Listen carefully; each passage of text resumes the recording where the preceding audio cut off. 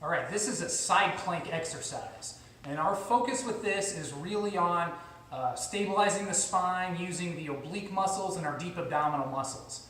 And one of the big focuses here is going to be on keeping our spine in a neutral position. And when I say neutral position, I just mean keeping that spine nice and long, almost thinking about creating space between the vertebrae, okay? So we're going to keep it nice and straight.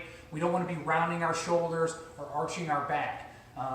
The starting position for this exercise is going to be just like this. And if you're a beginner and you've never done this before, you can always start with your top foot flat on the floor. So rather than having your ankles stacked like this, you can start here and bridge up like that. It'll be a little bit easier and a nice introduction to the exercise. Otherwise, we're going to start with our feet stacked on top of each other.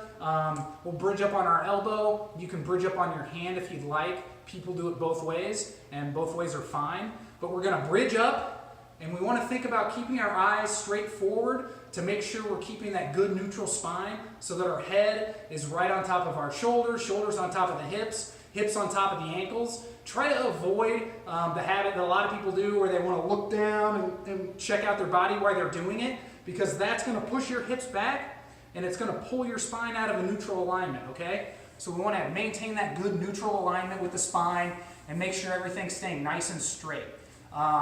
As you get to the point where you build up to doing 60 seconds of this relatively comfortably, you can add in some movement to the exercise. And my favorite way to add movement to a side plank is through the use of a rotation. So we're going to be up in the exact same position as we just were, all right? And the only change here is going to be that we're actually going to rotate underneath our body once we're in that plank position, all right? So spine is staying nice and neutral. We're just going to add a rotation to it.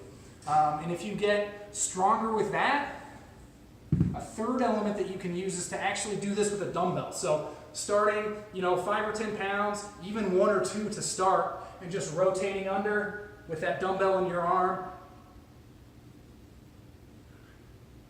And then obviously, like anything we do bilaterally, you want to make sure that you do both sides. But that's the side plank along with a rotational variant.